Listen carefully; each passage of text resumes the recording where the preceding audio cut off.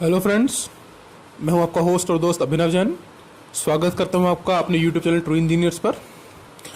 आज मैं आपके लिए लेके आया हूं बॉयलर सीरीज़ की 5th वीडियो, जो इस सीरीज़ की आखिरी वीडियो है, बॉयलर परफॉर्मेंस।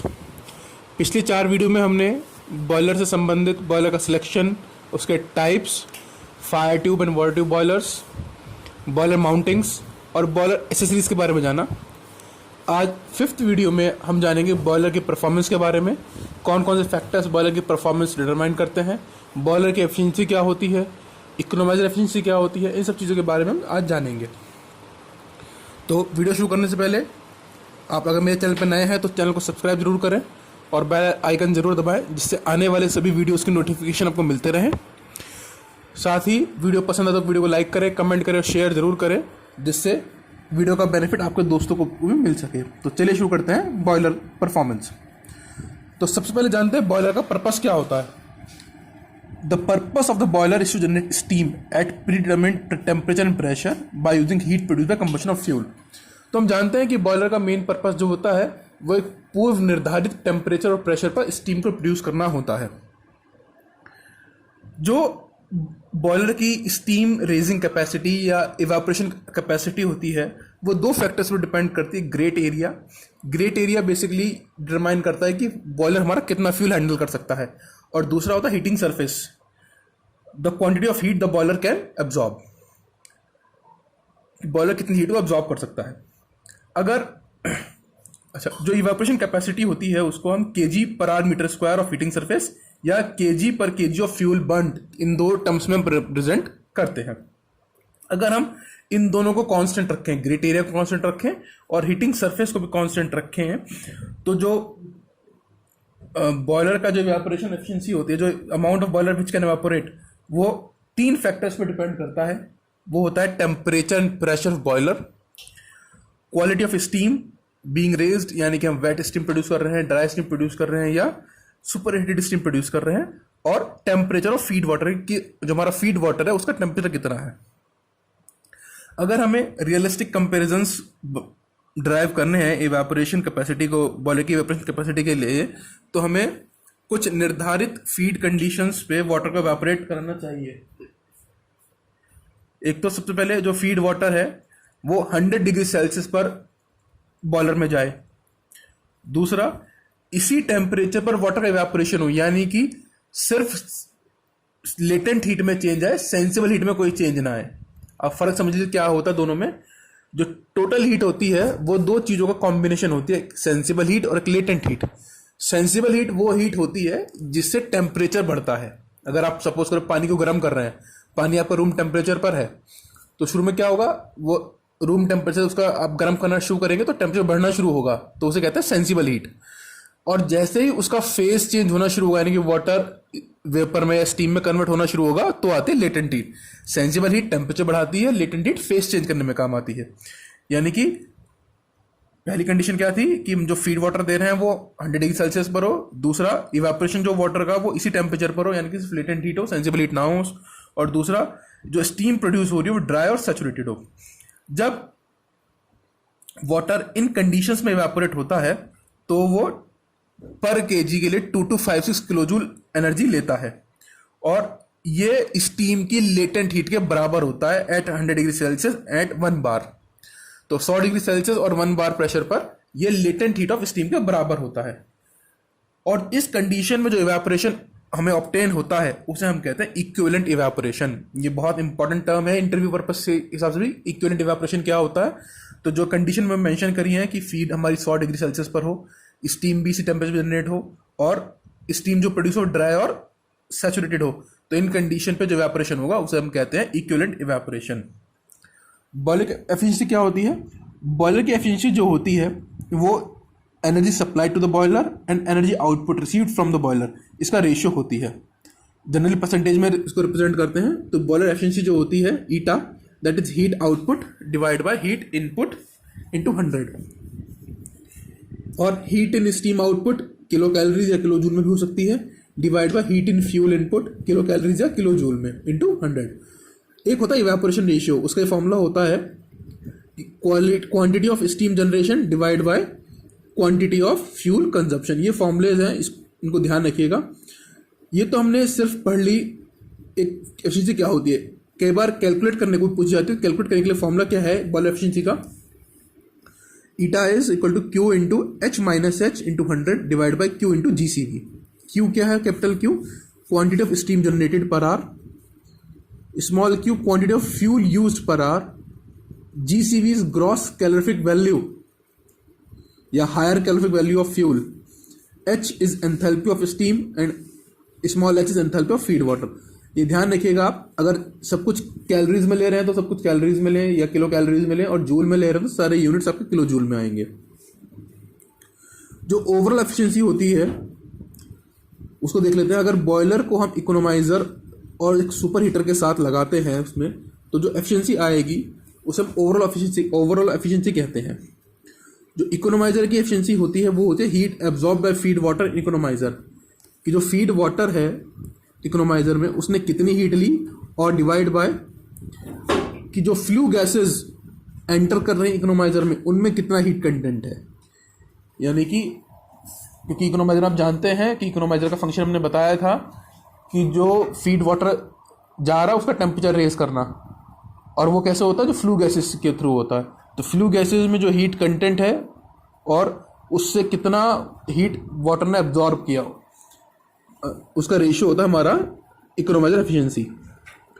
तो कुछ फैक्टर्स होते हैं जिन पे सब बॉयलर की परफॉर्मेंस डिपेंड करती है। तो बॉयलर की पीरियोडिक क्लीनिंग, सूट ब्लोइंग, जो सूट जम जाती है बॉयलर में उसको बाहर निकालना होता है, proper water treatment and blow down control, की वाटर हमारा लेस हार्ड हो, कम हार्ड हो, और जो ब्लो डाउन है मड वगैरह जो आती है उसको प्रॉपर टाइम टू टाइम निकालना, draft control, air control, excess जो एयर है वो ज़्यादा ना जाए, बॉयलर की लोडिंग कितनी हो रही है, स्टीम जनरेशन टेम्परेचर प्रेशर कितना है, इंसुलेशन कितना है बॉयलर का, और क्वालिटी ऑफ फ्यूल। ये जो फैक्टर है इन पे डिपेंड करती है। लेकिन टाइम के साथ साथ बॉयलर की जो एफिशिएंसी होती है वो कम होने लगती है या परफॉर्मेंस कम होने लगती है। क्यों? क्योंकि पुअर कंबशन होता है, कंबशन प्रॉपर नहीं हो पाता, हीट ट्रांसफ़र में फॉलिंग फैक्टर आ जाते हैं, एक लेयर जम जाती है जिससे हीट ट्रांसफ़र कम होता है, प्रॉपर ऑपरेशन मेंटेनेंस नहीं होता बॉयलर का, फ्यूल क्वालिटी और वाटर क्वालिटी जो होती है वो ख़राब हो जाती है, जिससे अगर फ्यूल हमारा पोर क्वालिटी का है या वाटर हमारा पोर क्वालिटी का है तब भी क्या होगा कि जो बॉयलर की जो परफॉर्मेंस है वो कम होती जाएगी।